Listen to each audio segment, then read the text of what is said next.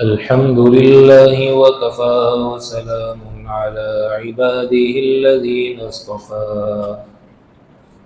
أما بعد فأعوذ بالله من الشيطان الرجيم بسم الله الرحمن الرحيم يا أيها الذين آمنوا اصبروا وصابروا ورابطوا واتقوا الله لعلكم تفلحون صدق الله العظيم اللهم صل وسلم على سيدنا محمد النبي الأمي وعلى آله وسلم تسليما كثيرا كثيرا سبحان ربك رب العزة عما يصفون وسلام على المرسلين والحمد لله رب العالمين۔ میرے محترم دوستوں اور بزرگوں، انسان اپنی زندگی پہ اگر غور کرے تو انسانی زندگی کچھ اس انداز کی ہے کہ ہر انسان کے ذہن میں یہ بات ہوتی ہے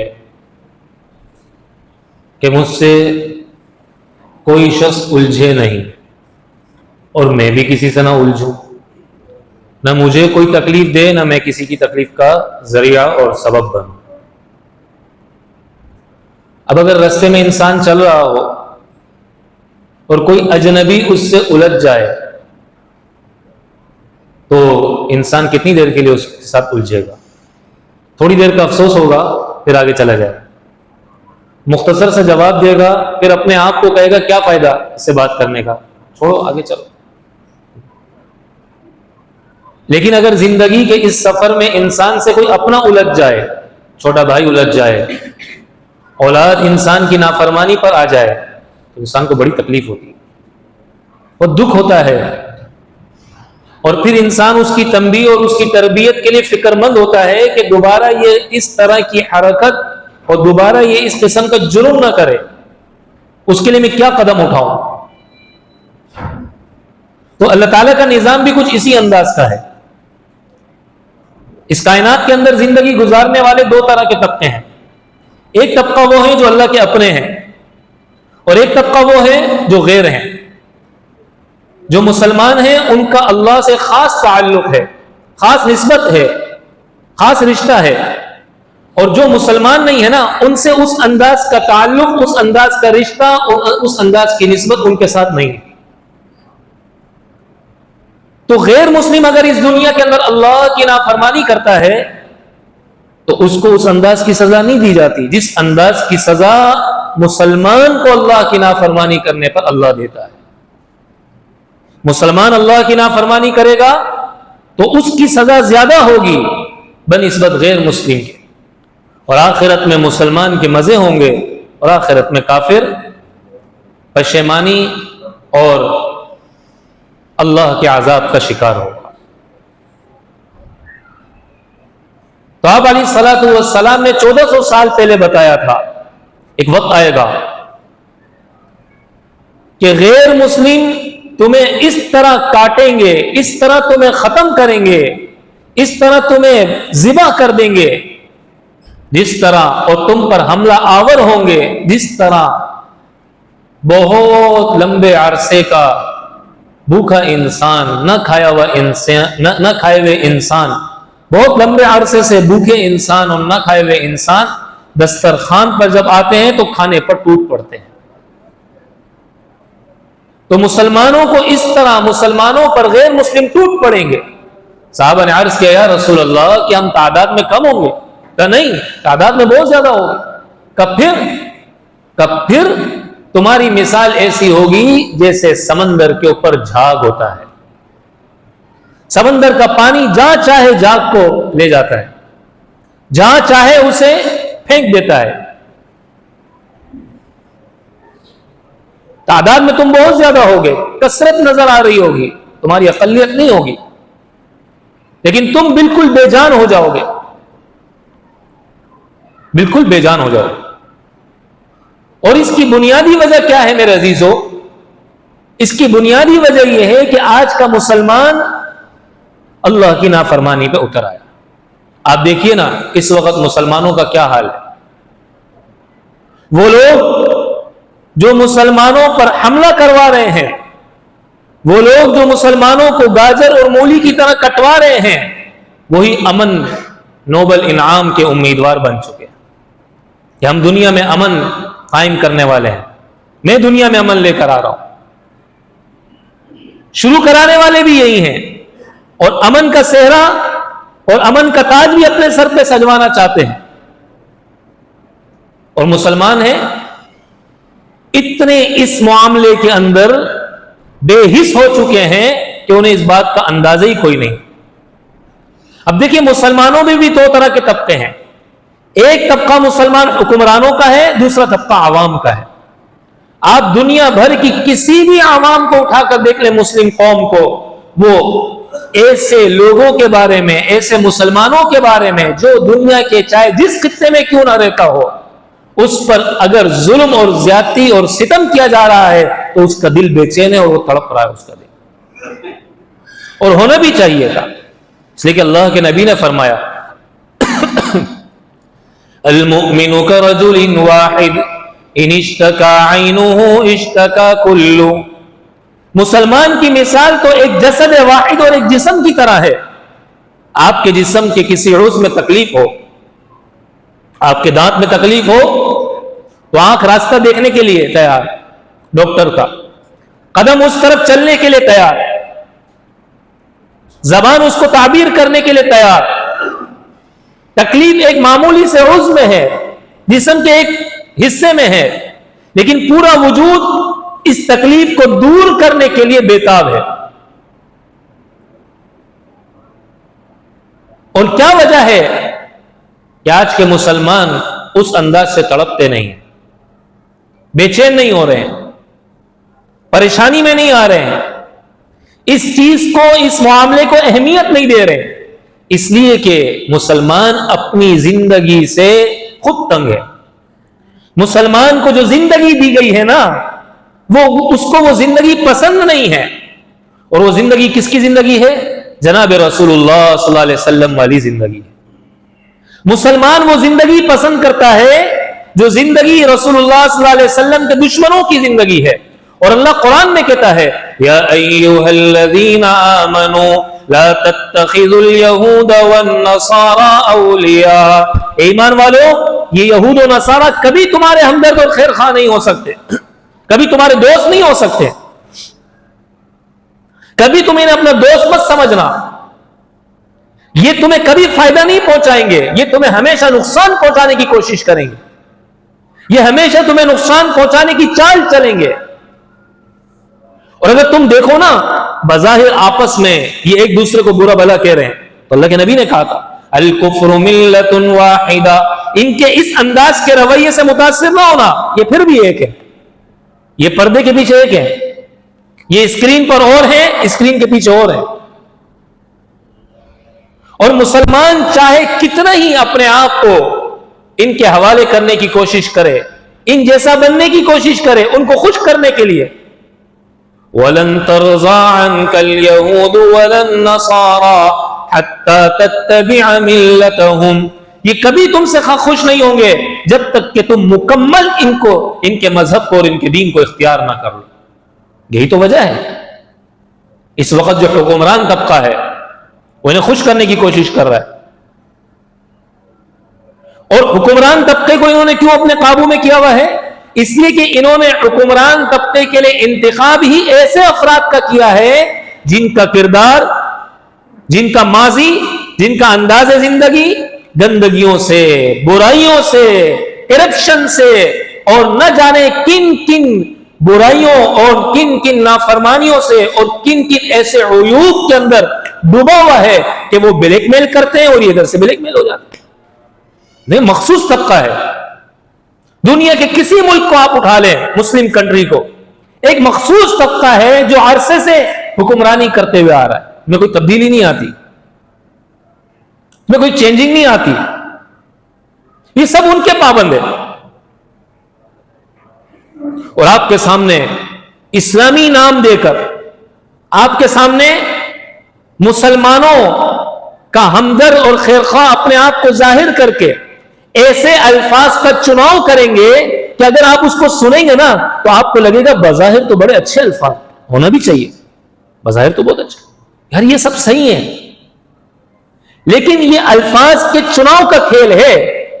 اس کے پیچھے جو ان کی سازش ہے نا، اس کے پیچھے جو ان کی سوچ ہے، اور اس کے پیچھے جو یہ ہمارے لیے بہت خطرناک قسم کے منصوبے بنا رہے ہیں، ہم اس سے نہ آشنا، ہمیں اس کی خبر کوئی نہیں.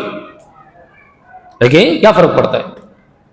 مسلم اور یہودی اور عیسائی بھائی بھائی، امن کا معاہدہ ہو رہا ہے، امن قائم ہو جائے گا. تو اسلام تو خود امن کا درس دیتا ہے، اسلام تو خود امن پسند مذہب ہے. آپ اسلام کا مطالعہ کریں، آپ اسلام کو اٹھا کر دیکھیں، اللہ کی قسم اسلام جیسا خوبصورت، امن پسند اور اسلام جیسا بہترین مذہب دنیا میں کوئی آج تک آیا ہی نہیں، کوئی نہیں آیا جس میں آپ کو یہ کہا جائے کہ آپ اپنے آپ کو قربان کر دو دوسروں کے خاطر، جس میں آپ کو یہ کہا جائے کہ آپ مظلوم ہو کر بھی ظالم سے معافی مانگ لو. آپ مظلوم ہو، ظالم سے معافی مانگ لو، کیا فرق پڑتا ہے؟ جس میں آپ کو یہ کہا جائے کہ آپ کے حدود کے اندر، آپ کی ریاست کے اندر اسلامی قوانین جہاں جہاں نافذ ہیں، وہاں اگر کوئی غیر مسلم بھی رہتا ہے، وہاں اگر کوئی غیر مسلم بھی رہائش پذیر ہے، اگر وہ وہیں کا باشندہ ہے تب بھی، اور اگر وہ باہر سے آیا ہے تب بھی مسلمانوں کی، مسلمان حکمرانوں کی اسلامی قوانین یہ بات بتاتا ہے کہ ذمہ داری بنتی ہے کہ ان کی جان، ان کی مال اور ان کی اولاد، سب چیزوں کو تحفظ اور سب چیزوں کی حفاظت کی جائے. یہ مسلمانوں کی ذمہ داری ہے. ایسا خوبصورت مذہب کہاں نظر آئے؟ اور آج کل تو میرے عزیزوں ہمارے کچھ مسلمان ایسے بھی ہیں ہمارے معاشرے کے اندر، ہمارے ماحول کے اندر، وہ اپنی زبانوں سے یہ بات کہتے ہیں کہ وہ ہم سے بہت اچھے ہیں، انگریز ہم سے بہت اچھے ہیں، ان کا قانون دیکھو، ان کا فلاں انداز زندگی دیکھو. یہ کہلوایا جاتا ہے میڈیا کے ذریعے، یہ ذہن سازی کی جاتی ہے مختلف دوسرے ذرائع ابلاغ کے ذریعے، تاکہ مسلمان کی یہ سوچ بن جائے، مسلمانوں کی زبانوں پہ یہ باتیں آنا شروع ہو جائیں. پھر کل کو ہمارے لیے بڑا آسان ہے ان کی لگام کو پھیرنا، ہم یوں پھیر دیں گے، ادھر آ جائیں گے، ختم ہو گئی. معاہدہ ابراہیمی، اس معاہدے کا نام دیا گیا. قرآن کیا کہتا ہے؟ ما كان ابراہیم یہودیا ولا نصرانیا ولكن كان حنیفا مسلما. ابراہیم علیہ السلام تو نہ یہودی تھی نہ نصرانی تھے، وہ تو سیدھے سادے مسلمان تھے، وما كان من المشرکین، اور شرک کرنے والوں میں سے بھی نہیں تھے. ان کی خواہش ہے کونوا ہودا او نصارا، تم یا یہودی بن جاؤ یا عیسائی بن جاؤ. اور اللہ کیا کہتا ہے؟ واتبع ملت ابراہیم حنیفا. ابراہیم علیہ السلام کی ملت، اس میں یہ باتیں نہیں تھی، اس کی اتباع کرو. وہ خالصتاً اللہ کی معرفت اس میں حاصل کی جاتی، اللہ سے تعلق بنایا جاتا. تو میرے دوستوں، میرے عزیزوں، آج کل ایسے فتنے نکل رہے ہیں، آج کل ایسا ماحول بنایا جا رہا ہے، ایسی سوچ بنانے کی کوشش کی جا رہی ہے. اور کر کون رہا ہے؟ وہ صاحب اختیار لوگ جو حکومتوں میں بیٹھے ہوئے ہیں، چاہے وہ دنیا کے کسی کونے پہ کیوں نہ ہو. ایسے انداز سے ان کے سامنے ایجنڈے پیش کیے جا رہے ہیں، اور وہ اپنے کان اس لیے بند کر رہے ہیں کہ وہ ان کے پابند ہیں. وہ کسی وقت بھی ان کی آنکھ کھول دیں گے تو یہ پریشان ہو جائیں گے. ان کو پتہ ہے ہماری حکومت گئی، ہماری سیٹ گئی تو ہم کہیں کے بھی نہیں رہیں گے. مسلمان کی غیرت ایمانی کبھی اس کو اس انداز کی سودے بازی کرنے کی اجازت نہیں دیتی. طریقے اپنائے جا رہے ہیں، مختلف انداز اپنایا جا رہا ہے. آج کل میرے عزیزوں دیکھیے نا آپ، اب اس کا نتیجہ کیا نکلتا ہے؟ ہم مطمئن ہو گئے، ہم کیسے مطمئن ہو گئے کہ ہم تو مسلمان ہیں؟ مردم شماری میں ہمارا نام کیا ہے؟ مسلمان ہے۔ آپ دیکھیے میرے عزیزو، ایک شخص ہے، وہ پاکستانی ہے، تو مردم شماری میں کیا آئے گا؟ پاکستانی۔ اگر وہ کسی دوسری کنٹری کا رہنے والا ہے تو وہ پاکستانی شمار نہیں کیا جائے گا، چاہے اسے پاکستان سے، اہل پاکستان سے، پاکستانیوں سے کتنی محبت کیوں نہ ہو، کتنی اچھی اس کی دوستی یاری اور کتنا اچھا اس کا تعلق کیوں نہ ہو۔ اسی طرح ایک آدمی ہے، وہ حدود کراس کر رہا ہے اسلام کے، اسلام کی حدیں پار کر رہا ہے، جو نظریاتی حدیں ہیں، جو نظریاتی سرحدیں ہیں، وہ اس سے باہر نکل چکا ہے، تو آسمان والوں کی فہرست میں وہ مسلمان نہیں ہے، وہ یہودی ہے یا عیسائی ہے، وہ ہندو ہے یا بت پرست ہے یا بدھ مذہب والا ہے یا دہریہ ہے، وہ دھوکے میں ہے اگر وہ اپنے آپ کو سمجھ رہا ہے کہ میں مسلمان ہوں، وہ دھوکہ لگا ہوا ہے اگر وہ یہ سوچتا ہے کہ میں مسلم ہوں، وہ مسلم نہیں ہے، وہ حدود سے باہر نکل چکا ہے۔ اس لیے اللہ قرآن میں کیا کہتا ہے؟ یا ایھا الذین آمنوا اصبروا وصابروا ورابطوا، ایمان والو صبر اختیار اور اپنی سرحدوں کا تحفظ کرو۔ اب سرحدیں دو طرح کی ہیں، ایک نظریاتی سرحدیں ہیں اور ایک زمینی سرحدیں ہیں۔ زمینی سرحدوں کے معاملے کے اندر، زمینی جو مورچے بنے ہوئے ہیں، اس میں فتح اور شکست یہ زندگی کا حصہ ہے۔ اس میں اگر آپ کے مورچے چھین بھی لیے گئے، شکست ظاہر بھی ہو گئی، شکست آ بھی گئی، تو بھی کوئی فرق نہیں پڑتا۔ اور وجہ کیا ہے؟ یہ اللہ کے نبی کے زمانے سے یہ سلسلہ چل رہا ہے، کبھی جیتے کبھی ہارے، کبھی فتح کبھی شکست۔ لیکن اگر نظریاتی سرحد سے مسلمان ہار جائے، اس سے شکست کھا جائے، تو یہ ناکامی ہے بہت بڑی۔ زمینی سرحد سے اگر پیچھے ہٹ جائے، شکست کھا جائے، تو اس پر قوموں کی کامیابی اور ناکامی، خوش قسمتی اور بدقسمتی کے فیصلے نہیں ہوا کرتے۔ نظریاتی سرحد سے اگر ہار جائے نا، تو اس پر پھر ہمیشہ ہمیشہ کی بد نصیبی، بدقسمتی کی مہر لگ جاتی ہے، مستقل شکست کی مہر لگ جاتی ہے۔ تو میرے دوستوں، میرے عزیزوں، اصل جو ہمارا اپنے آپ کو سنبھالنے کا معاملہ ہے، اصل جو ہم نے مقابلہ کرنا ہے، اصل جو ہم نے کھڑے ہونا ہے، اور اصل جو ہم نے اپنے آپ کو سنبھال کے رکھنا ہے، وہ نظریاتی سرحد ہے، اس کی ہم نے زیادہ فکر کرنی ہے۔ حضرات صحابہ کرام رضوان اللہ تعالی علیہم اجمعین کا معاملہ ایسے ہی تھا۔ وہ اپنے آپ میں تبدیلی دیکھتے نا تو فوراً کہتے نافق حنظلہ، حنظلہ تو منافق ہو گیا۔ نظریاتی سرحد سے محسوس ہو رہا ہے کہ میں باہر نکل چکا ہوں، کہیں اسلام تو میرے ہاتھ سے نہیں چلا گیا، کہیں اسلام کی دولت تو ختم نہیں ہو گئی میرے ہاتھ سے، فوراً یہ سوچ جایا کرتی۔ تو نظریاتی سرحد میرے عزیزو، آج مسلمان اس سے بے فکرہ ہو چکا ہے۔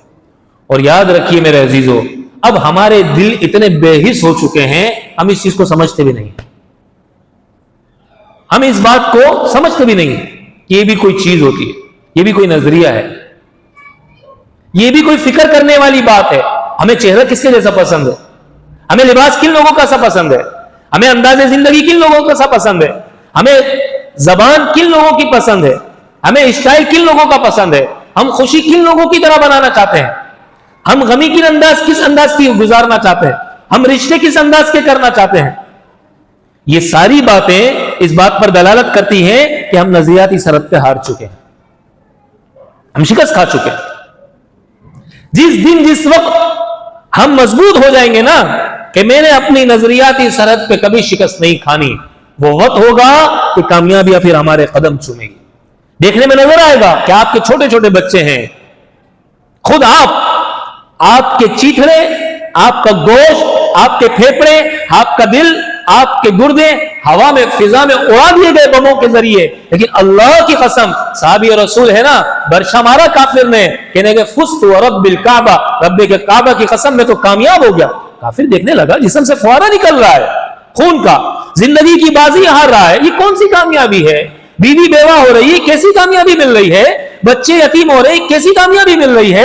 زندگی سے ہاتھ دھو بیٹھا ہے, کون سی کامیابی اسے مل گئی؟ کاروبار چھوٹ گیا, کیسی کامیابی مل گئی؟ سب کچھ دنیا اس کی ڈوب رہی ہے, ختم ہو رہی ہے, پھر بھی کہتے ہیں رب کعبہ کی قسم میں کامیاب ہو گیا. یہ کیسی کامیابی ملی اسے؟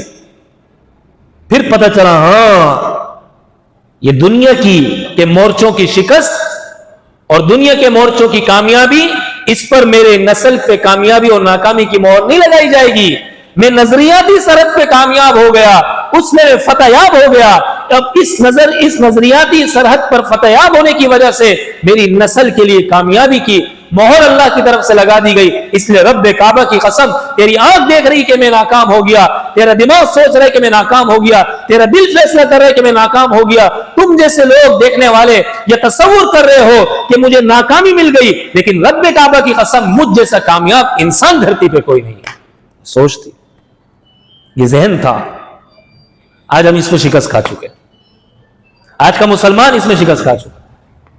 اس لیے میرے دوستوں, میرے عزیزوں, ہم باتوں میں, تفسیروں میں, تجزیوں کی بجائے قرآن کا مطالعہ کریں, حدیث کا مطالعہ کریں, شریعت کو پڑھیں, دین کو سمجھیں, اہل دین کے پاس آئیں, علماء کے پاس آ کر بیٹھیں, اپنی اولادوں کو لے کر آئیں, تو پتہ چلے گا کہ حقیقت کے اندر کیا بات ہے اور ظاہر میں کیا نقشہ ہمیں پیش کیا جا رہا ہے اور دکھایا جا رہا ہے.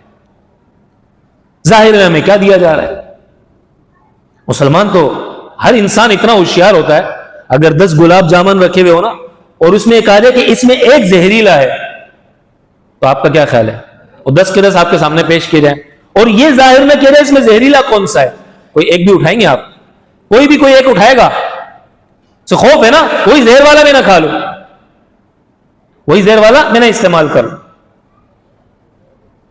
دنیاوی معاملات کے اندر ہمیں ہمارے سامنے جو نکات پیش کیے جا رہے ہیں نا, یہ سارے کے سارے زہریلے بھرے ہوئے, نظر نہیں آ رہا. یہ ظاہر دیکھنے میں سب میٹھے میٹھے نظر آ رہے ہیں, حقیقت میں ان کے اندر زہر بھرا ہوا ہے اور یہ مسلمانوں کو تباہ کرنے کی طرف لے جائے گا. امن بہت اچھی چیز ہے, امن بہت اچھی بات ہے. مسلمان ہمیشہ امن چاہتا ہے. اسلام امن کا مذہب ہے, دین امن کا درس دیتا ہے, لیکن اس وقت جب اس امن کے معاہدے کو عدل اور انصاف کے قانون کو سامنے رکھ کر ترتیب دیا جائے. صرف اپنی خواہشات, اپنے جذبات اور اپنے مذہب کے لوگوں کو ترجیح دینے کے لیے, چاہے وہ ظالم کیوں نہ ہو, اگر یہ امن کا معاہدہ کیا جائے اور امن کے معاہدے کو پیش کیا جائے تو میرے دوستو یہ مسلمانوں کے ساتھ یہ مسلمان حکمرانوں کی زیادتی ہے, صاحب اختیار طبقے کی زیادتی ہے. یاد رکھیے میرا اللہ بہت طاقتور ہے, اللہ بہت پاورفل ہے.